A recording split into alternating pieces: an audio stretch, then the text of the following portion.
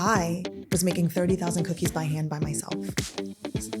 How in the world? God. My next guests are twin sisters who've gone viral for their delicious cookie recipes. They've gotten the attention of millions. You're not baking thinking, No. I'm gonna have a cookie empire. No, it's like, who does? Does anyone? I didn't go to culinary school. Yeah. I didn't have the resume Yeah. to run this company. This supernatural thing that's happening was only God. He just started speaking, giving me these ideas and like the names for the cookies. So we're just like, is this like a supernatural cookie? I see why he used, you know, something so tangible like a cookie, because everyone likes cookies. It gives me the opportunity to tell them who Jesus is. What would you tell the dreamer? And I tell people to make sure, even when it's hard, even when it doesn't look like God's hands on it, even when it looks like, you know, you can't see the finish line. Hey everybody, this is Rita Springer. Welcome to another episode of the Rita Springer podcast, and worship is my weapon. A really exciting conversation is about to occur. I met Aria Christian maybe a month ago?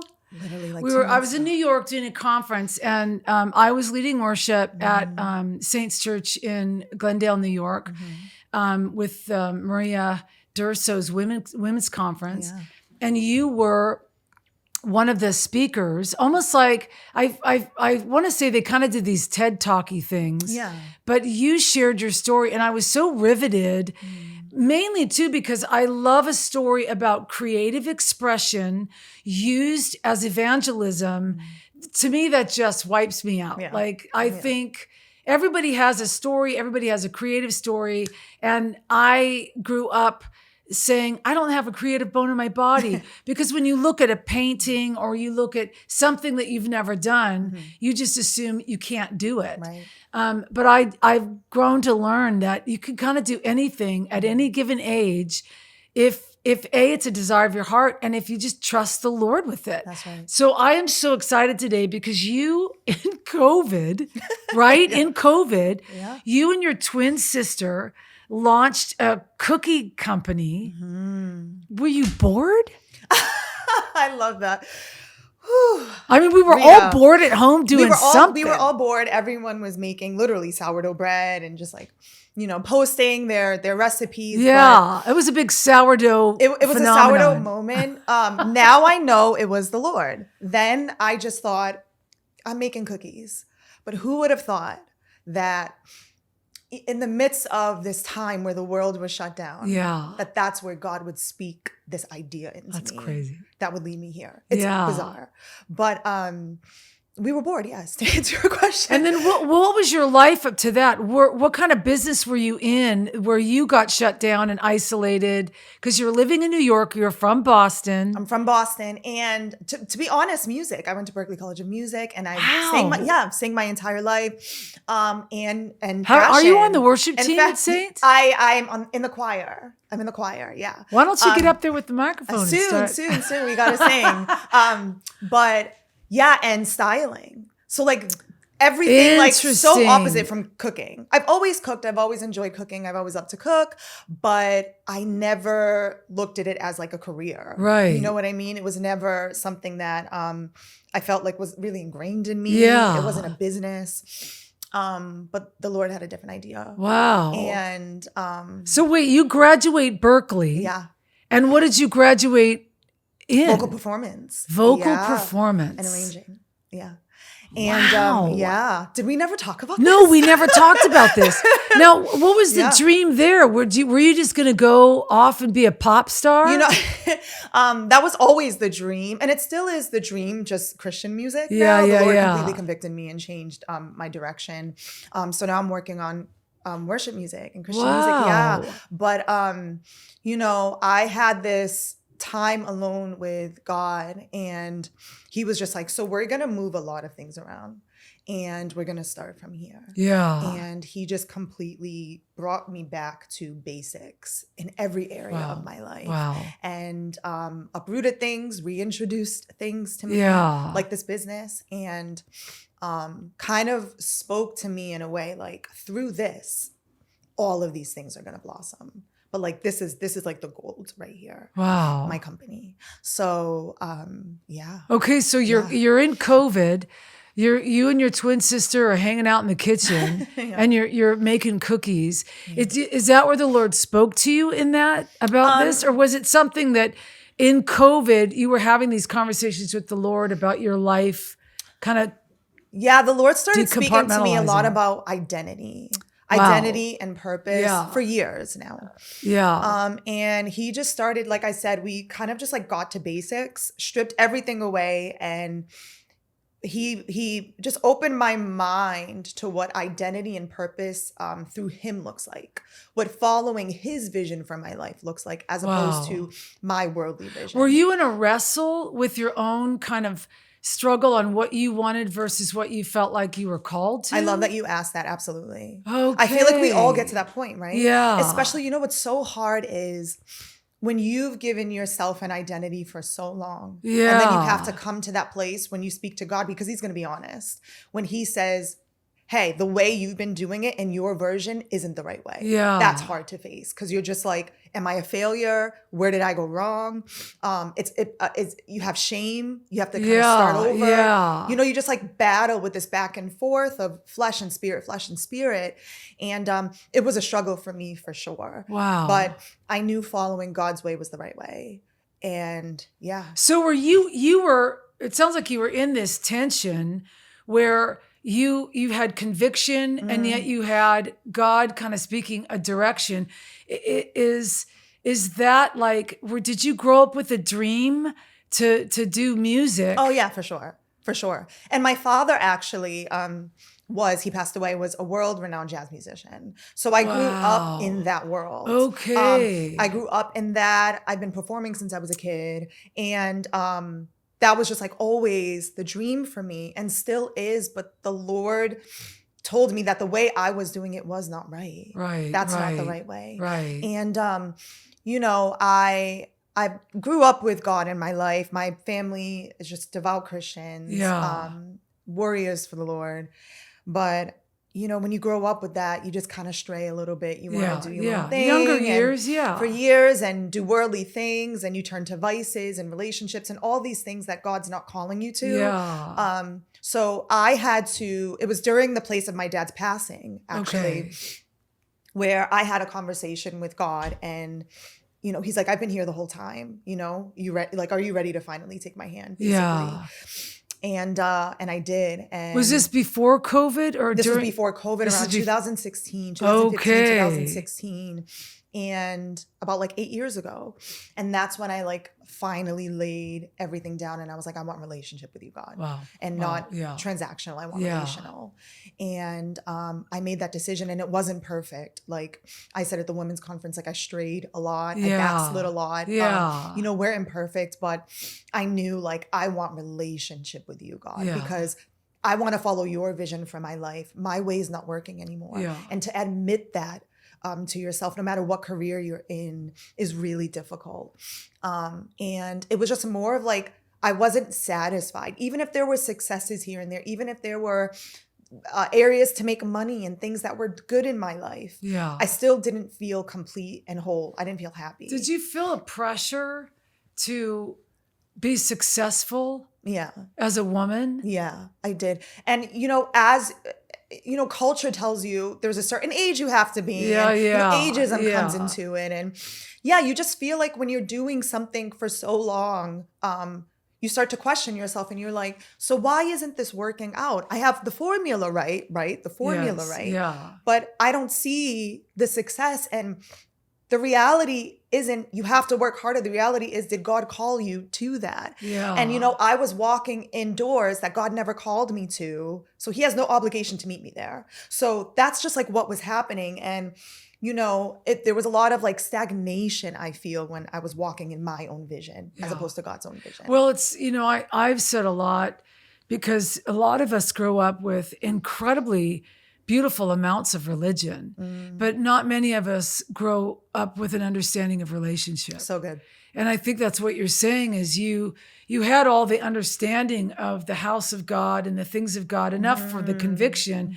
But I think he wants relationship more than anything. And when he comes for that, it feels like everything on the game of life changes, because the chess pieces have to move around in the places that he wants them moved around in. Absolutely. So, and that's the thing, it's like intimacy with God. That's what he's after. Our heart, our intimate connections with him, oneness with him. And did your father's passing almost like create a shock? 100%. He was my best friend. And the way in which it happened, it's so interesting. Now I look back, when growing in maturity with Christ, I look back and I'm like, God was so merciful during that time. And, I can say that, and some people can, question like, what? And, I was with him, we're watching Family Feud, having breakfast. I leave, and an hour later, he's gone. Dead. So it's like, that was my best so you friend. didn't know it was coming at all. He was sick. So I knew that he was sick. He had just got out of a coma. It was a supernatural, amazing experience that he made it through. Yeah. He was able to go home, and, he was feeling fine. He was like, I feel my best. He looked his best. Wow. And, I look at it now and I'm like, the Lord was preparing him. But, the fact that in God's mercy, he waited until I left. Wow. That's when I was like, God, you were merciful, and it was right then, the absence of a father, I was like crying out to God, desperation. Wow. Yeah. And that's when I was like, I need relationship. Like I need a because you father. had such a beautiful one with Such him. a beautiful one. And he stepped in right away, like immediately, and started teaching me and speaking to me and supernatural experiences. Yeah. And I just like, I was just, I don't want to say hooked, but when you feel the presence of God, it's impossible to leave him. Hey, you guys, I just want to thank Amazing Life Foundation for making what I do here on this podcast possible. They are my rally team, my biggest supporters. Without Amazing Life, this podcast would not be coming to you. They've just got this insane team of editors. I've just had the best of the best, and I want to just give them a shout out. There's a lot of beautiful things that are coming out of Amazing Life Foundation, and I want you to stay tuned for some of those things. But I just want to shout out to them and thank them for making this podcast possible and bringing this podcast to you every Wednesday. And letting me do what I love to do. I've spoken to so many young women, especially, who have similar stories of the loss of a dynamic parent, whether it's a really beautiful mother or an amazing father. Their reaction is usually anger at God first. It's not what you just described. How were you primed to lose your best friend and your dad and then be like, oh, I mean, that's just such a beautiful response to turn toward the Lord and say, can you stand in as a best friend? I had that experience with the Lord, losing my father at 9 and just realizing he's going to have to be my dad. I've walked that out as a single mom, knowing that God is going to be the father to my child. But you almost have to have something else there resident to be able to slip right into that mode, or bitterness and anger. How did you stay away from bitterness and anger? That's such a good question. It was my upbringing.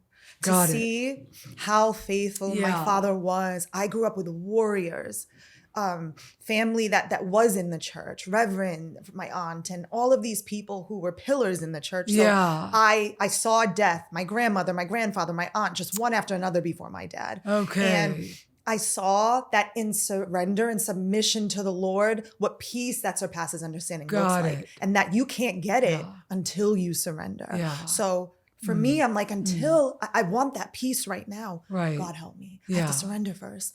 And so good. The Lord just stepped in immediately, like that day, the day my dad passed. And, I felt his presence. I felt his presence that night. I spoke to him tangible, that night. Real it was presence tangible. Of God. I went up to the attic, shut the lights off. My family's asleep downstairs.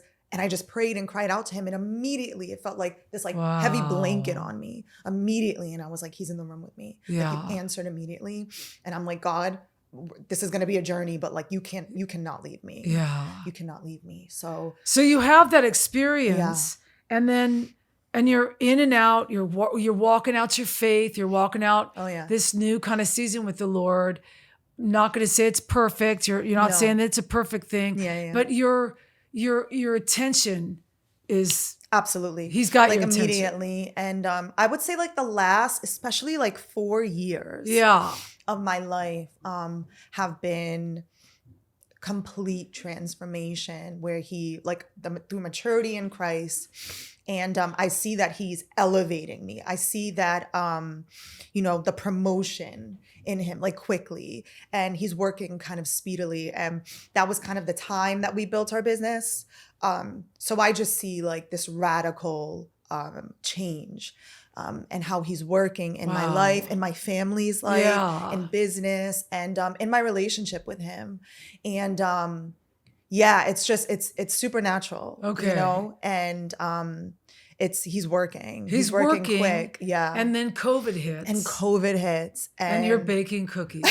He leads me to cookie. Yeah, like it doesn't come on, Rita. I just love it's the story though. Like, it's like only God, right? Right. Like, what? Cookies? Right. And you have to laugh because I was not this, I didn't go to culinary school. Yeah. I didn't have the resume to run this company. I didn't have the resume for that.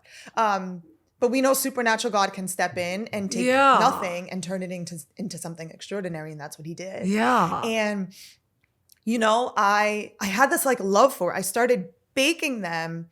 And then I was like, no, I don't like how those came out. And then I started like perfecting it. But you're not baking thinking, no, I'm going to have a cookie empire. No, it's like, who does? Does anyone? Maybe I don't know. Maybe some people do. But I didn't at all. To be honest, I didn't want that at the time. That wasn't like a goal of mine. I didn't want that.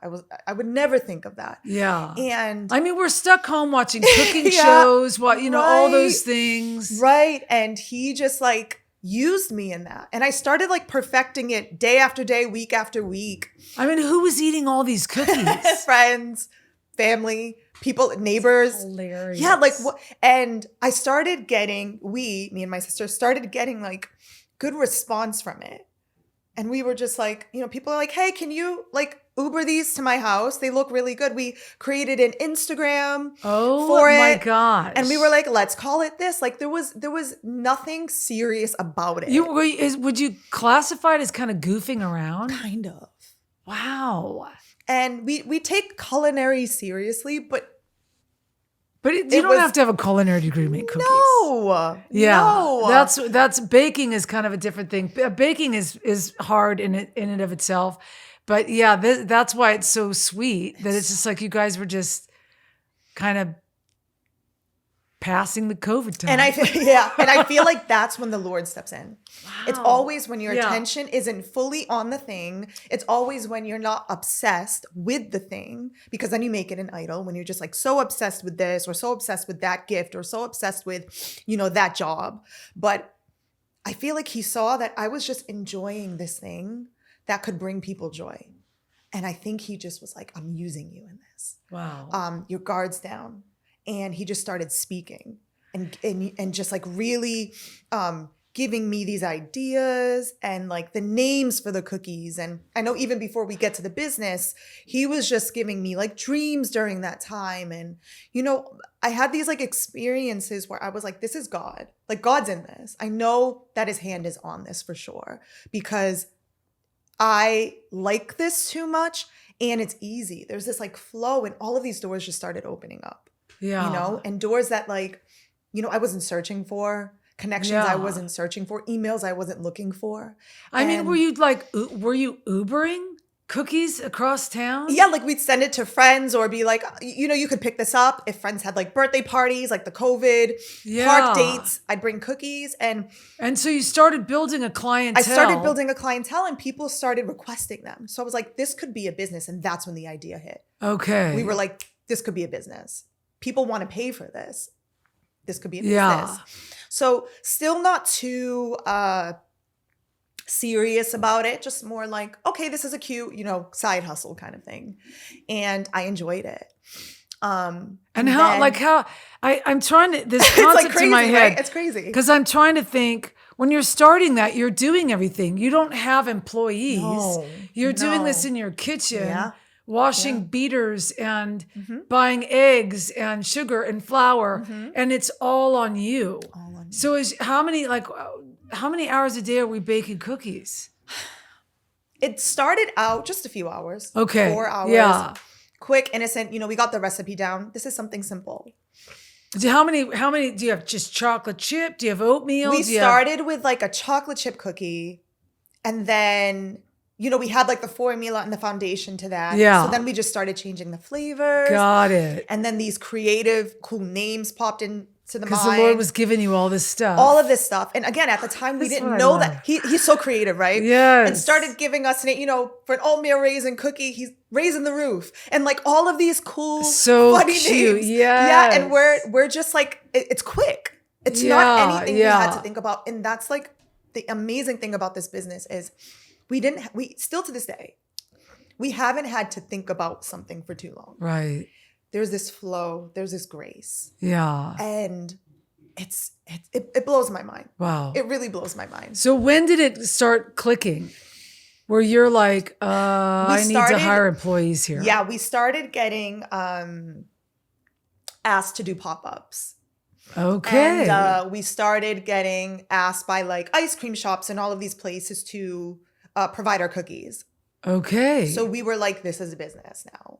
And what, like in a certain part of New York City? Yeah, like Brooklyn. Okay. And just like wherever, people would ask to do pop-ups. Yeah. And we would always say yes, farmers markets, like all of these things. And, making 20 cookies turned to like 200 or 300. So we're just like, okay, like, yeah, when do you get overwhelmed? It started getting overwhelming. Oh, gosh. But we were in control. It was fun. It was joyous. And, we saw the response and we saw how happy it made people. Yeah. And that brought us joy. And we had moments where we were just like, this is why we do this. This is the work, the money, all of those things are okay. But like seeing people so happy, from children to families to friends, they were so happy and people really enjoyed it. And we're like, there's cookie companies all over New York. Like, and this is your favorite? This is the one. So we're just like, is this like a supernatural cookie? Like, there's no gimmicks. It's not crazy ingredients, but it's just made with love. And there's just like, there was something about the product that still to this day, I say feels a little supernatural. Well, you were saying, when I was talking to you, you were saying that in those days, you actually could pray over the batter.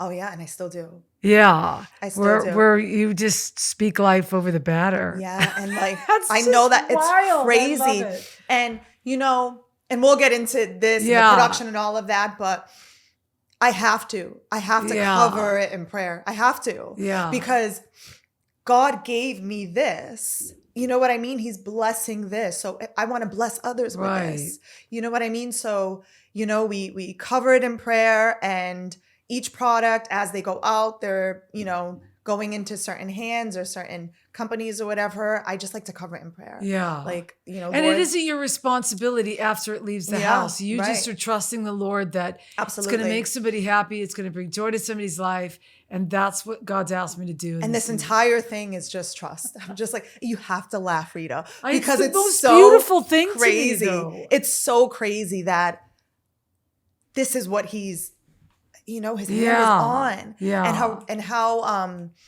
effortless it's been. Yeah. And it's still been hard. There's trials and tribulations for days. It's a business. But it's God's hand for sure on Yeah. this. And the creativity behind it is God, and the doors that he's opened, and it's just where was the point for you and your sister where you were like, this is beyond what we can do now? We've got the beginning. And then when you have that moment, what does it look like actually saying, okay, we could hire people. Okay, are you meeting with processing companies? I don't even know how any of this, I'm clueless. So I think that's why I'm asking. After shortly after the pop-ups and stuff, that's when press started to come. So, interesting. Yeah. So we'd get write-ups here and, just out of the blue. Out of the blue. God. I'm telling you, this is when God's hand is on something. And again, it's undeniable when his hand is on something because he takes you from here to here and your human understanding doesn't know why. It's just how did that happen? But we just started to get press reach out to us. And TV segments, and Access Hollywood, The Today Show, all of these just reaching out to us. That's the best. Insane. And, and of course we did it and we showed up and Maya and I are just like, what is happening? What is happening? But our obedience is still doing what the Lord is telling us to do. So, I think quickly it got to this point where we were just like, this is becoming bigger than us. This isn't just we're in our kitchen baking cookies anymore. This is something that could be big. This could be potentially massive, are we ready for this? Yeah. And we're on board, And once the TV stuff started coming, we had Gordon Ramsay reached out to us. So we get an email and we don't think it's real at first. Of course. Of course, this isn't real. And we're just like, is this isn't like Gordon Ramsay. There's no way he found us from. There's no way his company found us from this, because at that point we've done, a few TV segments and stuff. And it was his company and they wanted to sign us to their production company. And they're like, we're going to pitch a TV show now. You guys are going to have a TV show. So we're just like, what is happening? Yeah. Started during the pandemic, baking cookies, obedience to the Lord. Gordon Ramsay. All of this. Yeah. And then all of a sudden, things just kept rolling in. Wow. And then it's the Drew Barrymore show. Then it's all of these things. And we're just like, promotion is of the Lord, right? And we just see him elevating us. Yeah. And, during this time, God is speaking to me and giving me a lot of dreams about strategy. Yeah. And a lot of you're dreams a dreamer. I'm a dreamer for sure. And the Lord speaks to me, through visions and dreams a lot. And he'll give me sometimes a word, sometimes a number. Before a deal happens, he starts to give me symbols on what it could look like, on the choice I should make, and all of these things. Yeah, it's really, really remarkable. But we said yes to that, and it goes from in our kitchen to pitch into all these networks. And it gets overwhelming. But how do you know which one to go for? Because if it wasn't Gordon and it's something else came through and something else, that would be Yeah. And I prayed on these things. Yeah. So as these things were coming to us, I would pray on them God, is this of you first off? Yeah. Are you behind this? Yeah. And if you are, what do we do? And I always got this this is okay. This is okay. Yeah. And we had opportunities come our way that they weren't of God. Okay. So we knew not to take this. We knew not to go further with this thing. So discernment had to play a heavy part in that. Yeah. And, at the beginning, there were things that we did say yes to that didn't work out. So, later on, the Lord would tell me hey, my hand wasn't on that. And I'm like, okay, I get it. Hey guys, I want to just take a little segue here and tell everybody and get the word out about the new community and tribe that I am in the middle of right now on ritaspringer.com. If you want more content, I've had a lot of people ask me for when are you going to do this and when are you going to do that and when are you going to do this? Well, I have created a platform on my website under the tab community where you will be then taken to tribes. And I am inviting you to be part of my tribe. On that, there is a subscription tier that you can subscribe to where you can get different content. We are doing Bible studies and daily devotionals and throwing some cooking shows in there on my favorite recipes and doing mentorships and songwriting things that we're going to be uploading this year. So if you want to be part of my tribe, part of my community, please go to ritaspringer.com, click on that community tab and join my community. There's something here that I don't know. To me, it's kind of, when you talk about doing what you're doing, this is marketplace. Mm-hmm. So this isn't baking cookies for the church. Mm-hmm.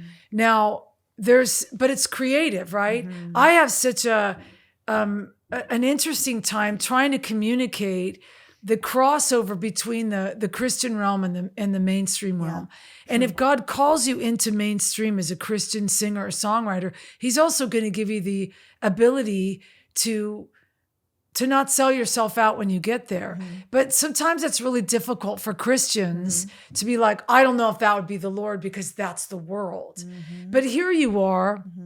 Nobody would really say that about a company like yours because it's primarily in the mainstream. You wouldn't classify that as the Christian cookie, but the Lord's all over that. And I think that's why I love stories like this so much, is because I do think God calls us to go into the world and preach the gospel. Absolutely. And whether you're a Christian artist, a Christian writer, there may be times when the Lord's like, yeah, no, like meet up with that. It's all the intention of the heart. If you're not going to lose yourself in the world, be not conformed. The scripture says, don't be conformed by the world, but be transformed by the renewing of your mind.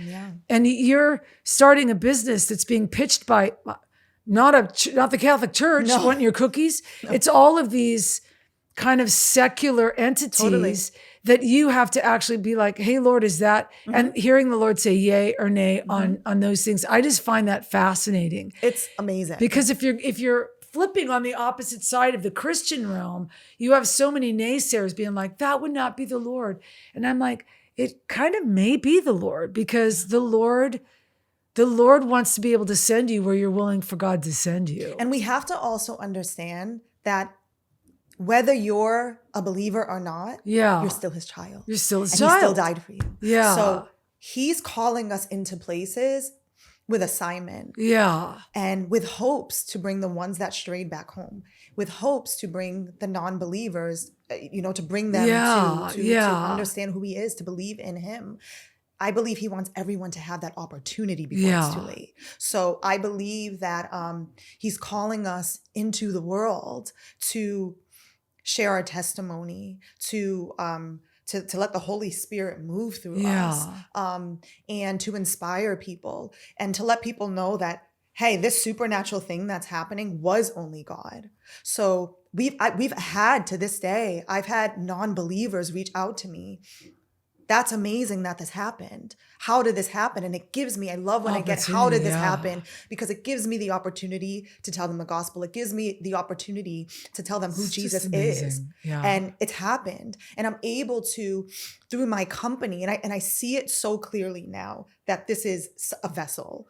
And I see why it's this. I see why he used something so tangible like a cookie, because everyone likes cookies. Everybody despite your loves religion, cookies. your gender, anything. Yeah. That this is something that's like a universal thing. Yeah. It's like home. It's like home. And, everyone grows up with a grandmother or their mom making these cookies. It's just this comfort.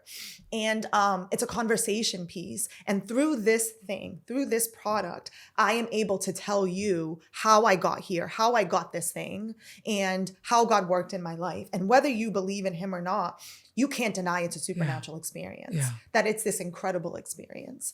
And that's why he calls us into these spaces. And as of lately, especially, we see that the world is changing so quickly. And we see his children rising up, which is amazing.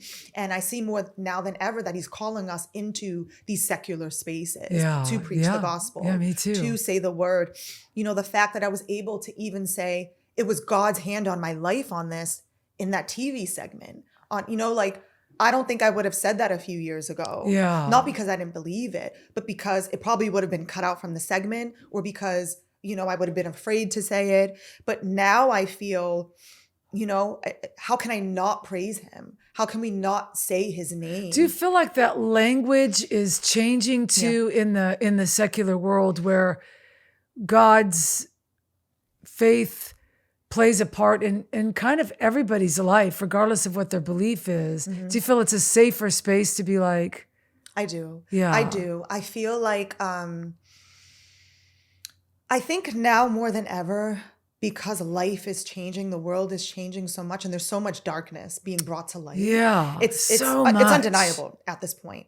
I think there's this desperation for God, and I think culture calls it the language is different. We call it, I need to find myself. I need to search for something. Yes. Eat, pray, love. Yeah. But the reality is it's God that you're searching for. Right. There's this hole in your heart that was designed only for God to sit in. Yeah. So, we can search the whole world to fill it with money or relationships or whatever we want that we think we need, but we always fall short every time because it was only designed to fit God. So I feel like now more than ever, there's this yearning for him, which allows the tone of the world to be more accepting of saying God and talking about God. I think about that.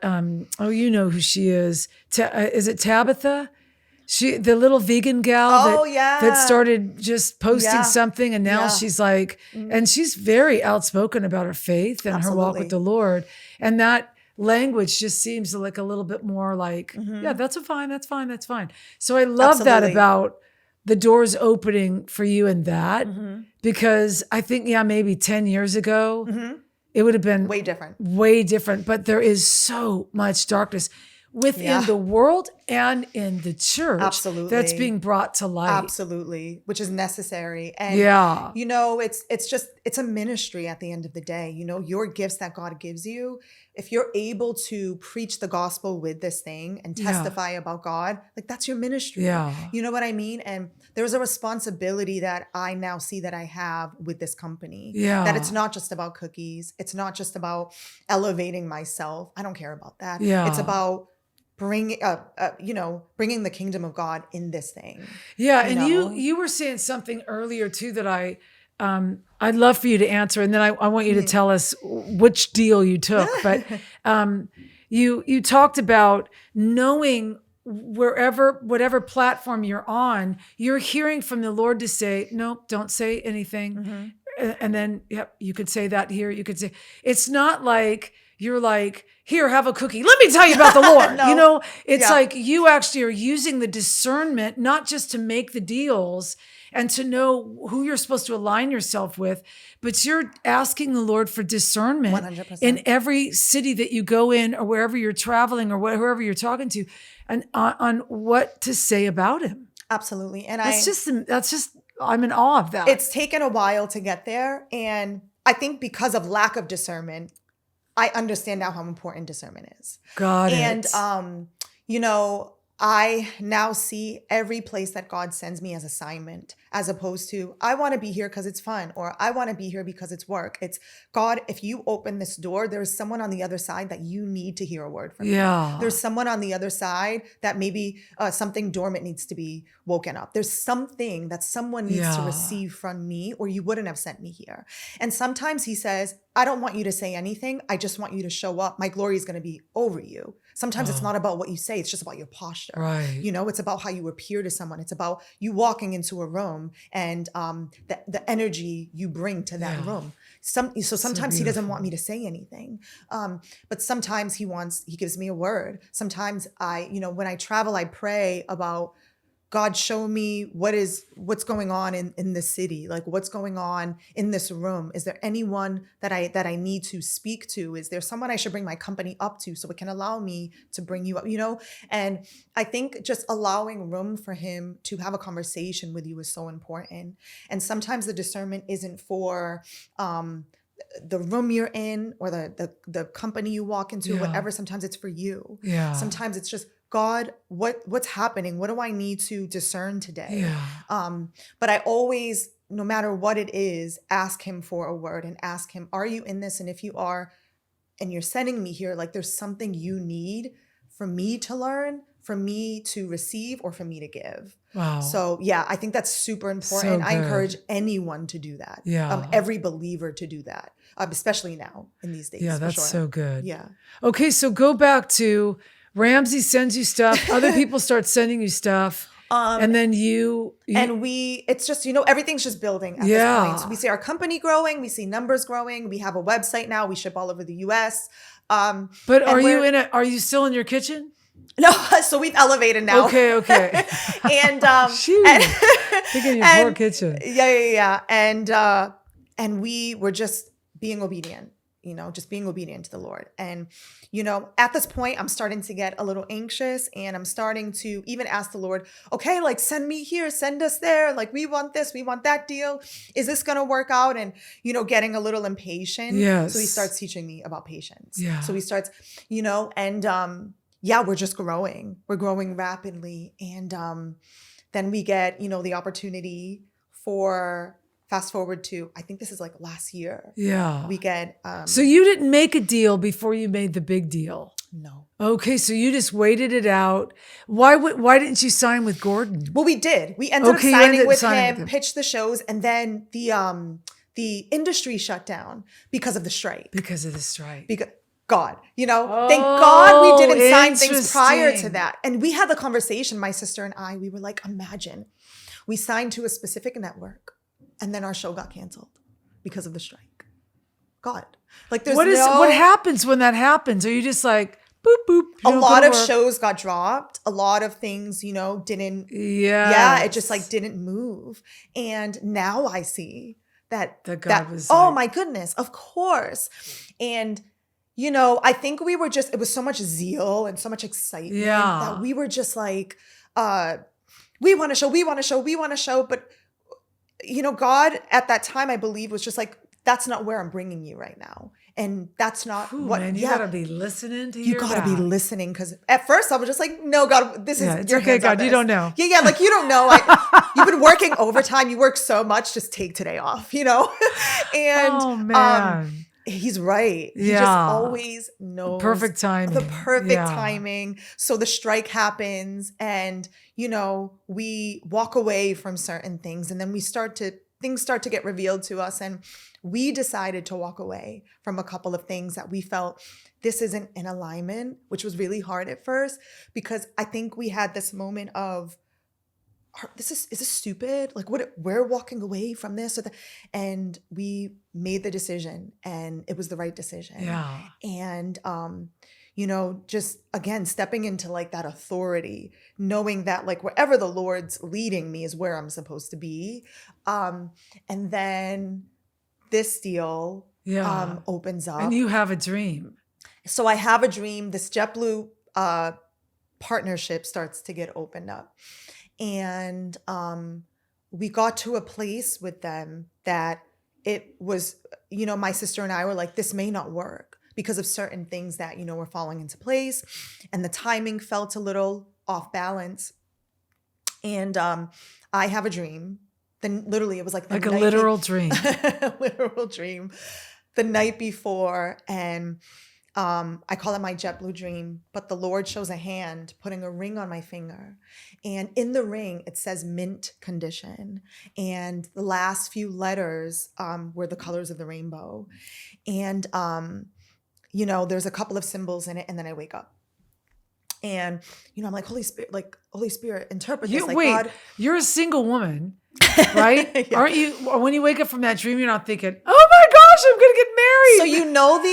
I love that you asked that. You know how amazing God is. That's what I'd be thinking, girl. Absolutely. And that's exactly why God didn't show me a face. He just showed a hand putting a ring on my finger. Because if he showed me the face, I'd obsess over the man and I would have missed the message. That's how amazing he is. So an interpretation taught me that the Holy Spirit's like, I'm like, am I getting engaged? Holy Spirit's like, no.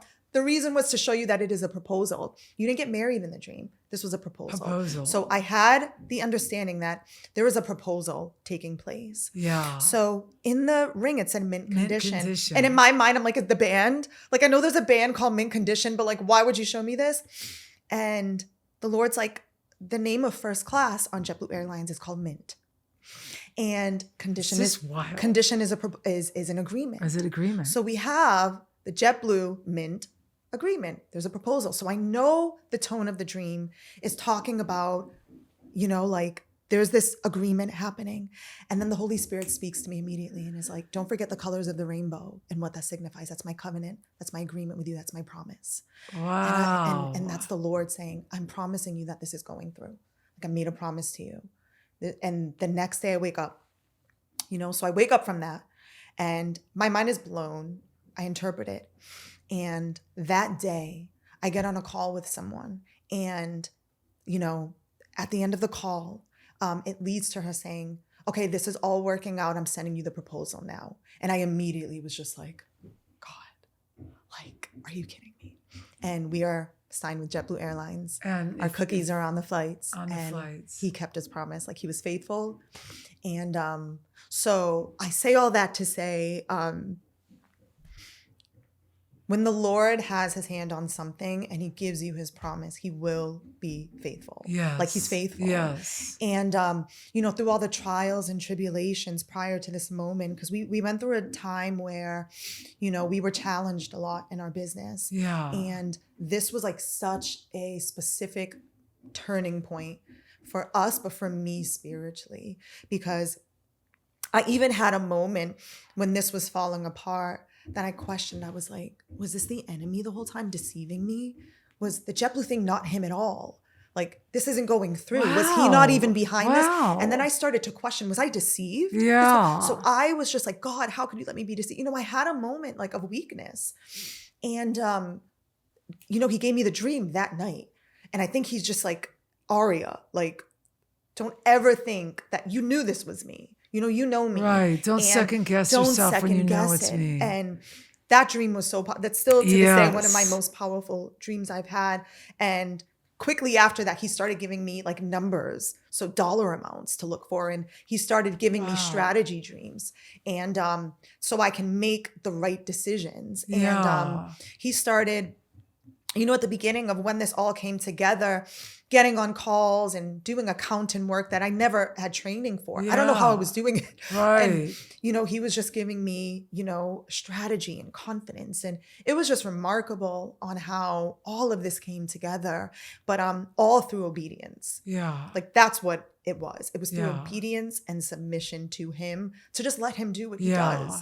And knowing that, like, I couldn't have done this in my own strength, that this has to be God. And even in the midst of, being in this, agreement with JetBlue and, this amazing opportunity, it still has ups and downs and trials and tribulations that we're faced, just at a different scale. But that doesn't make it any less of God's hand on it. Like, God can give you the victory, but then there's still the maintaining of the victory that has to happen. Yeah. We see Moses part of the Red Sea, like, that was the victory. Right. But then there was trial and tribulation to follow, but it doesn't mean that God's hand wasn't on it. Right. So I say all that to say, that's such a great point, especially for people to be encouraged if they're in the midst of something. In the midst of something, like, if God gave you the promise and the word on that thing, he's going to lead you through it and to it. And I always say that, the miracle is like the ... not the period, right? There's still more to go. And now the work really starts in maintaining that thing. Yeah. That's where it gets a little difficult. So don't relax when God gives you this miracle. Right. It's about what he's going to do through you with it. So that's so good. It's just been so amazing. And it's such a blessing. Yeah. And I remember my prayer, God, like, I want to be exalted and I want to do this for your kingdom and, do all these wonderful things for your kingdom, like, take me to higher heights. And, it's like, he brings me 30,000 feet up to JetBlue. And I'm just like, that's the work of God. Like, that's only God. How many years have you been on that? It hasn't even been a year. Hasn't been a year. We're in year one. And I'm just like, now, what are you going to do in year two? Does that mean that you have to only fly JetBlue? I try to, and that's what's so amazing is seeing our cookies on the flights. It's just like a bazaar. I'm just. It has to be so bizarre. And I prayed over those cookies, and I can't pray over every single one. Right. I mean, we're talking thousands of cookies being produced, but when I know that a truck's picking them up or they're headed to the airport, I say a prayer like, Lord, cover these cookies, and it's so important. Even speaking on this, kind of knowing like the territory that the Lord has you steward over. Yeah. And I know that like this is all part of it. And taking authority in that. So the company and the kitchens that produce this, I pray over the kitchens first, because the place needs to be covered in the spirit. The place needs to be prayed over so that what flows out of it is, godly and heavenly. And, so I just make sure that all of these places that God brings me to and has me steward over, I make sure that, because it's a responsibility. Yeah. So I make sure that, I treat it with godly love. Hey, I want to take some time to just, again, thank Amazing Kids Curriculum. I love Amazing Kids. Connie and Tyler Bates have created an incredible children's curriculum for churches. And what is so great about this is if you're planting a church and you are, maybe perhaps you're in a church that's maybe not a big church, but it's a small church that's growing, but you really need Bible-based, Holy Spirit-filled curriculum for your littles in your church. This curriculum is stunning. You can access this by going to amazing.kids and looking through their material and how to sign up for your type of church. Again, this is incredible curriculum. It is Bible, theology-based, Holy Spirit-filled curriculum, and you will not be disappointed in what God does with this curriculum and how he uses it to bring life and the word to the kids in your church. Do you have like a warehouse, a manufacturer that you go down with the kitchens in Brooklyn? In Brooklyn, and that's where all of our cookies are produced. And do you go down there? I do. At the very beginning, Rita, here's a story. If anybody needs encouragement, the first month of this deal, because our co-packing couldn't start until after, and co-packing is just the company that produces all the cookies, packages it, sends it out. Right. It could not happen the very first month. So I was making 30,000 cookies by hand by myself. How in the world? God, I swear to you, I was in the kitchen. It was the night I stayed in the kitchen for, I think it was 48 hours straight. I didn't go home. I didn't sleep because it had to get done. So before our staff could come in, before anything could happen, you know, it takes time to do that. So the first month. So you're like, I'm going to have to do this. Oh, there was a moment, I think it was like 2 a.m. I was in the kitchen by myself crying, and I was like, God, I have to give up. I can't do this. This isn't going to work out. There's no way. I'm like, I made 1,000 cookies. I have like 29,000 to go. I was like, there's no way this is going to happen. I remember praying like, God, I've seen what you've done. I saw that you turned the loaves and the fish to dust. Please multiply this, God, if you are who you say you are. I was challenged. So again, miracle, tribulation, right? So I was challenged and I didn't think, and by the way, it ends with they got their cookies. It worked out. I still don't know how that happened. I don't know. And at, I think it was like the last day and a half, we like called a few of our friends in to help. And it reminds me of— And you didn't sleep? There was no time? Oh no, I didn't sleep. No time. I'm like, I can't waste 6 hours sleeping. Are you just down in a Red Bull every 2 hours? Just like, yeah. Energy drinks, praying. Wow. And we called our friends in, like last minute just to help. They're not bakers. And it reminds me of, the building of the tabernacle when, the Lord's like, and I'm going to anoint the hands of the artisans, and I truly believe that he just had an extra anointing on all the hands and the people that took place because we were able, by the grace of God, to get this completed. And JetBlue had their first order. Wow, that's fascinating. So that's a story that I try, and it ended with me crying, washing every single dish out. While everybody went home, I remember washing the dishes at night when everything was completed, crying, but like praising God. And I was saying to God, I was like, you just showed me what a servant is. And you just humbled me. Yeah. Because I'm thinking, this is such an amazing experience. And you humbled me to never, as I'm running this, and as I see that these people are day in and day out producing this, to never take them for granted. Because I know the work that goes into it now. Yeah. So I know that was God's hand. Wow. I know that was on purpose. Yeah. And he taught me humility and to ask for help, to not be too proud to ask for help. Yeah. Yeah, I would think you would have had those family and friends in there day one. Earlier, yeah. And I didn't ask them. Because I was like, I can do it. This isn't that much. There's these huge ovens. I can produce this. Wow. No way. So he humbled me so quick. And the entire thing was such a learning experience. It's just, again, I see his hand on this, but in the midst of God giving you miracles and supernatural things that happen in blessing, he's always going to humble you in the midst of it and teach you lessons about yourself. Yeah. So I learned that as well. So now with your contract with JetBlue, that's not the only place you sell. You just have an exclusive deal with them. We have an exclusive deal with them. We're DTC, so we have a website. Yeah. We ship all over the U.S. It's It's amazing. It's super busy. And how do you do the day to day? Like, what's I your don't day have to day? What's your day to day look like though? Because you flew in here, you're flying back out. we run around a lot. We're on the phone a lot. We are always working on the next thing, just the next thing and the next thing.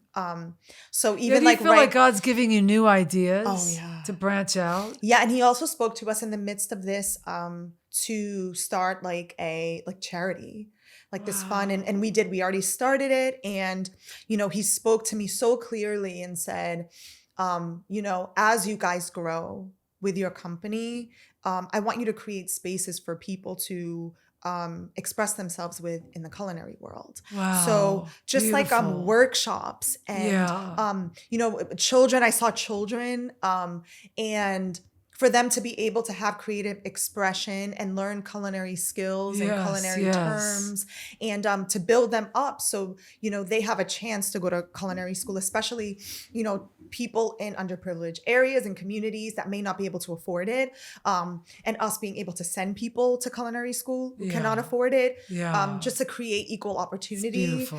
So he made sure to speak that. We donate our cookies also at the end of the night when we have extra cookies.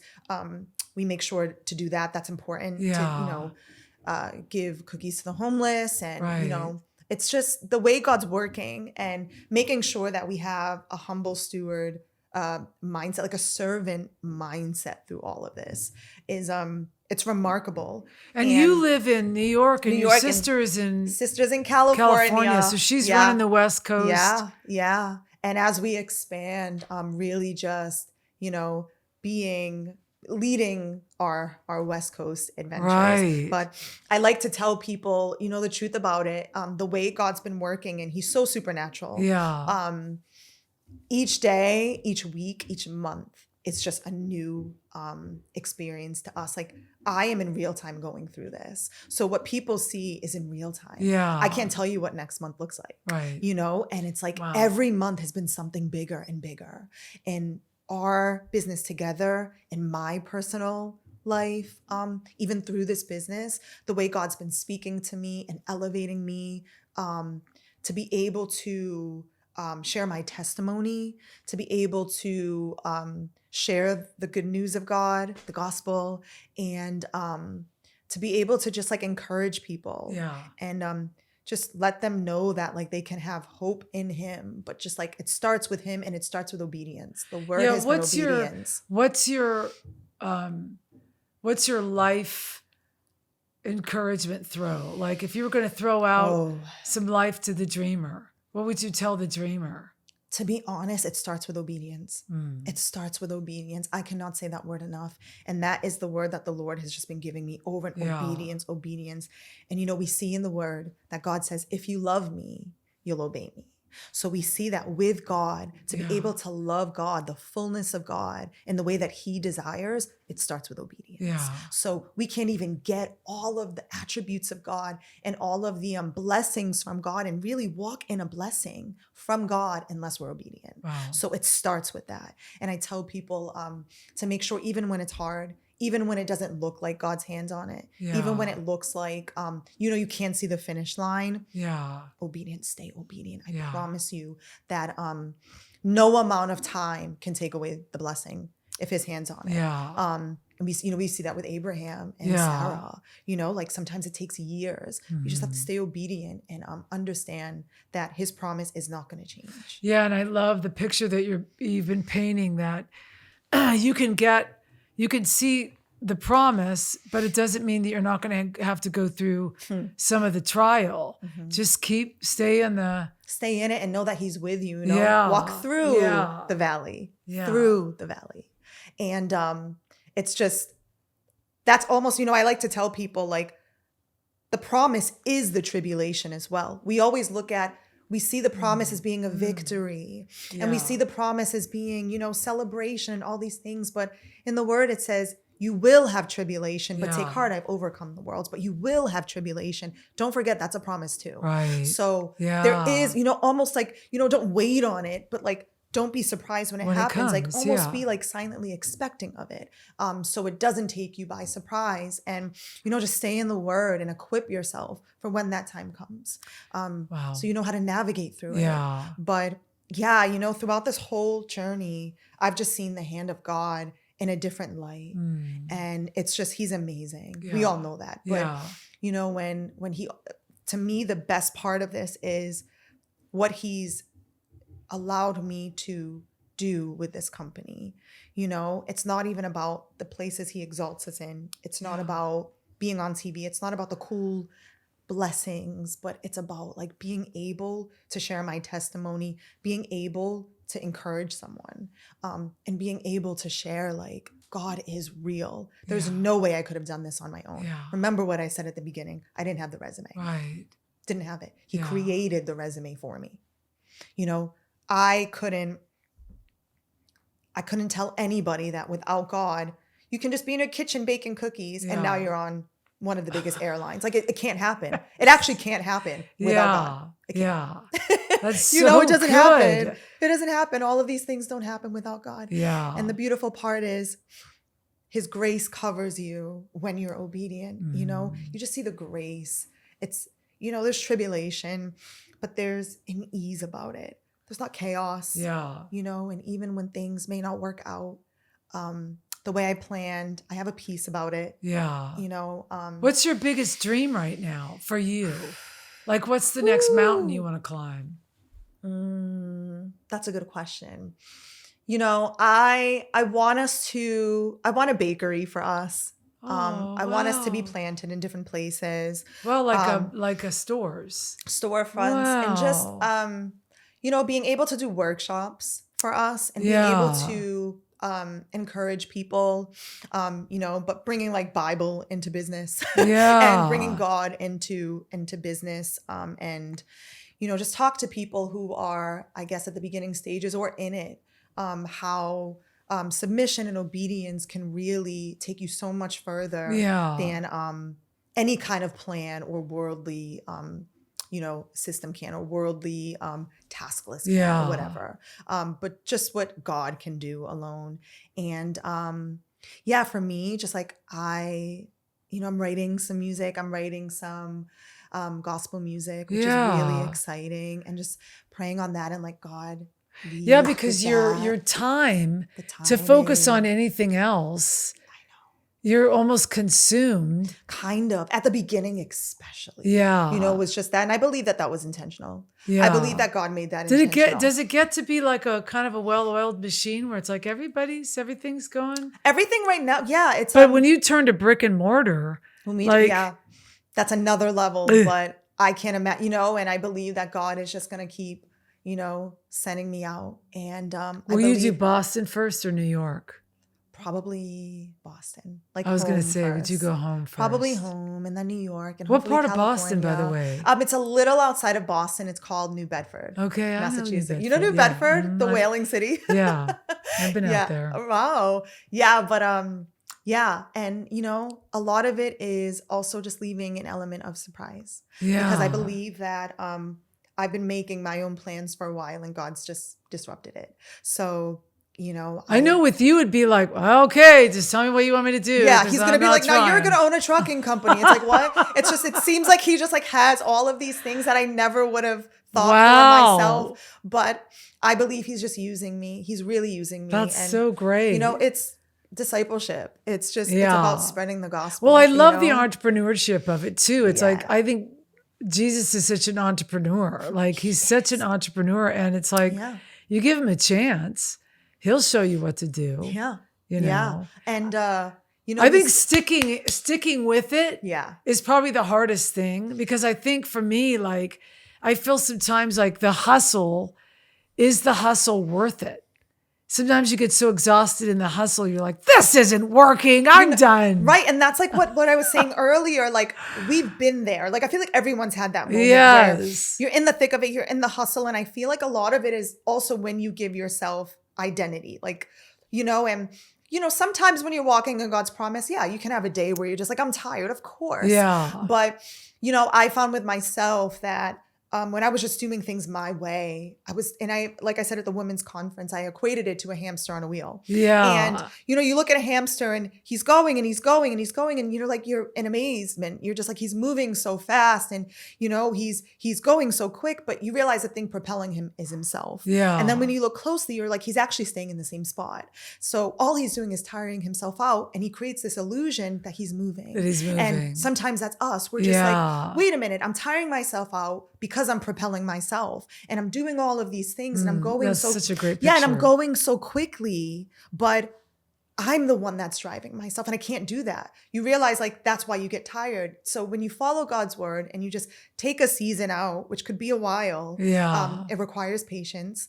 But when you take time to just hear his voice and spend time with him and grow deeper in intimacy and you become obedient, submissive, he really does speak to you on what he wants for you. Yeah. And it just makes the path so much easier. I think so many people get caught up too and hung up on, well, God doesn't speak to me like he speaks to you. It's like, it's not like it would be identical to how he speaks to you because that's the way you hear him. Mm-hmm. But you have to figure out how do you hear the Lord? Absolutely. Like how do you hear things? How do you hear other people? How do you, if you're one that always judges everything that somebody says, then anything God's going to throw at you, you'll probably do the same thing to him that you do to everybody else. But I think it's in the way that you listen and the way that you pull it in. Yeah. My mom said something so profound. She said, the person you are is the Christian you'll become.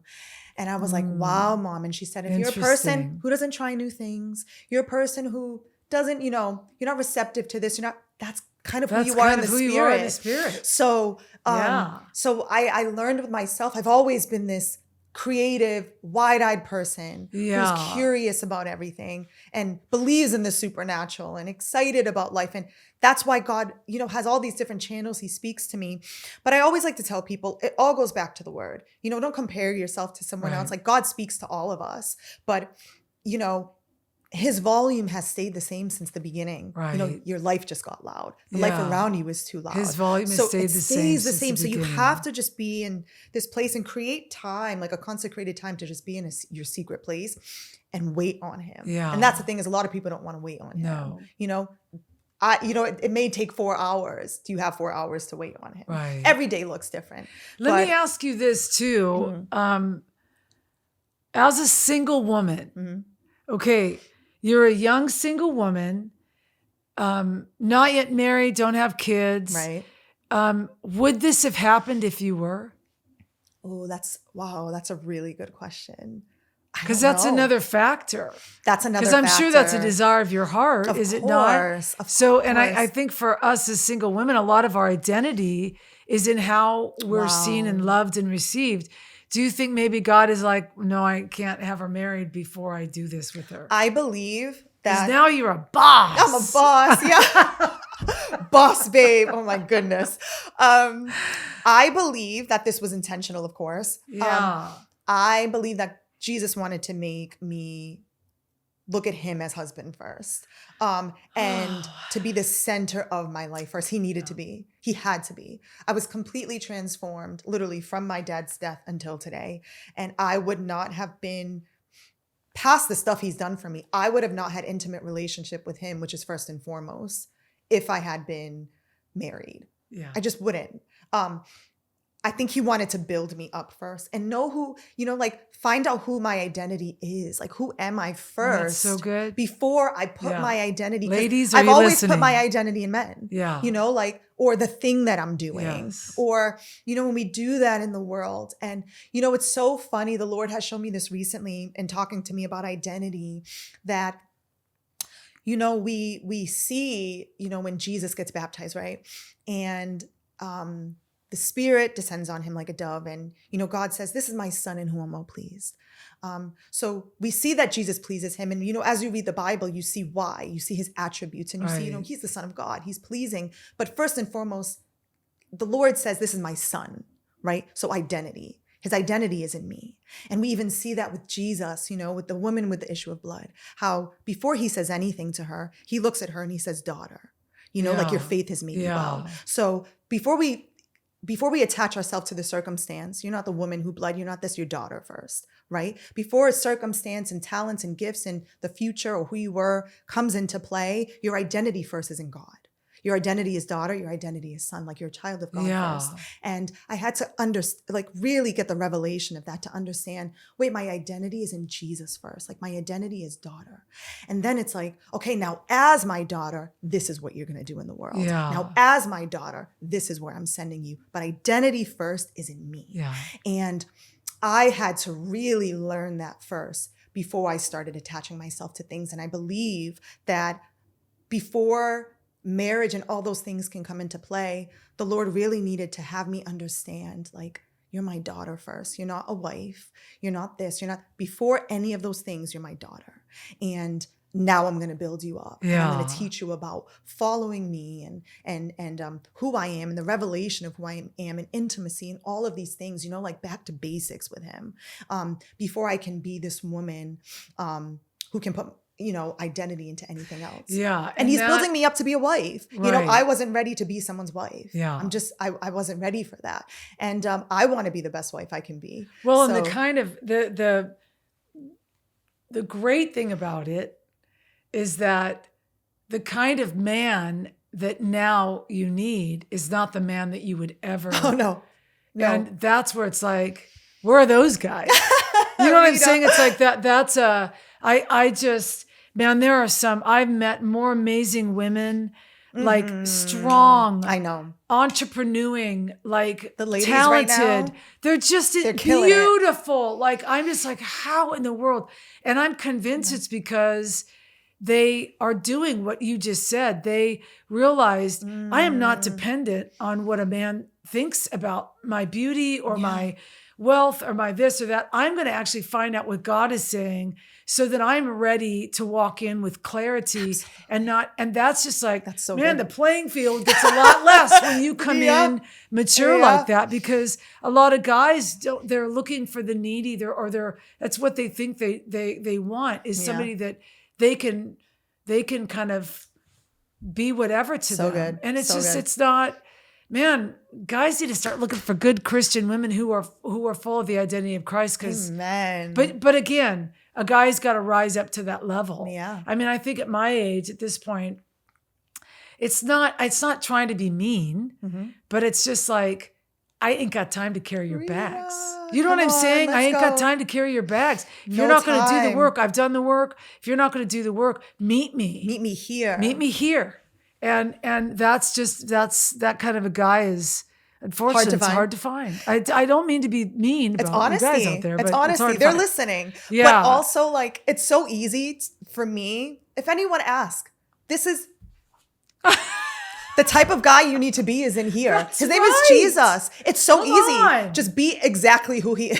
Just try to be to your best ability to carry these attributes. And it's I think really we easy, know right? you're not going to be perfect. Of course. We know you're not going to be perfect, but we're after what's right and pure and honorable, and we will meet you. Amen. Like I think about all of these beautiful women who would be insane wives, and homemakers and mothers, and I'm like, man, it's just. They're married to Jesus right now. That's right. Couldn't get any better than that, but yeah. Hey, a little segue here to just remind those of you who really love what the podcast is carrying, love what I do. You know that I mentor, you know that I work with creative and artists. We are in some exciting things this year with my nonprofit, Wearing Justice, but I can't do a lot of these things unless I have help and donations. We are a charitable organization, a nonprofit, and it's Christian education based.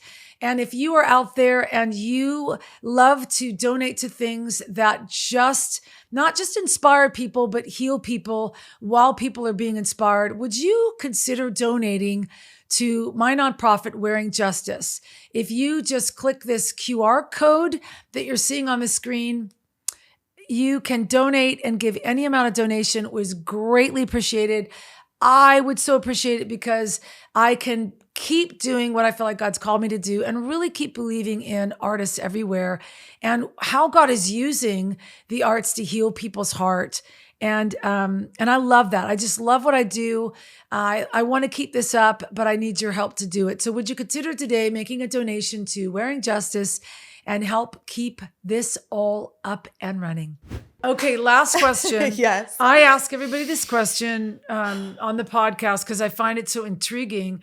I talk about the difference between burning and gifting. And burning is almost like an internal illumination or an internal oil that God's given us to burn for. So for me, my burn is courage. I walk into a room and I write a song. I do a night of worship. I mentor. The podcast is all about just throwing life and encouragement on people. Other people burn for healing or for hope or for, what would you say that you burn for in what God's called you to do in this life with what you're doing with the cookies? To be honest. Because it covers every aspect of your life. Every aspect. But to be honest, the burn that I have, I believe it can change in different seasons. Yeah. But for this season, for everyone to know Jesus. So It is kind of just evangelism. Evangelism. Wow. Oh, 100%. Yeah. 100%. Yeah. Just and like, I think obviously for you, because I was thinking the whole time you were talking, I'm like, I bet she burns for evangelism. I do. Because it's on everything that you do. It's on everything whether it I would do. be in a cookie Doesn't or whether matter. it be in a truck or Yeah. a brick and mortar Yeah. or songs or whatever, Yeah. it would be to evangelize to just the hope of spread Jesus. the good news of Yeah. Jesus. That's so great. Such a burning, yeah. And I pray that you know, that through me, little old me, Yeah. that you know, I can be able to bring people to him, back to So him, beautiful. or, you know, just plant a seed, even if it's just curiosity, plant a seed and he waters it, but just like that I can, I'm able to do something, you know, on this Yeah. earth in this time that I have. And that's just like bringing as many people to Jesus as I can. That's so beautiful. Yeah. Thank you so much for course. inspiring us with dreaming. I mean, honestly, it's the dreaming and the discernment and the obedience to step out and say, you know, God, you got me, and wherever you go, I'm going to follow. And you know what? I just sitting here thinking, man, your dad would be so proud of you. Amen. He would be so Rita. proud of you. And you know what? Just to end on this note, yesterday was his birthday, and that's when I got here. So even the Wow. timing Yeah. doesn't feel like a coincidence, but that means so much to me. Oh, he'd be so proud of you, Wow. girl. Thank you. Wow. Thank so you so great. Thanks much. for coming. Thank you, Rita. Oh.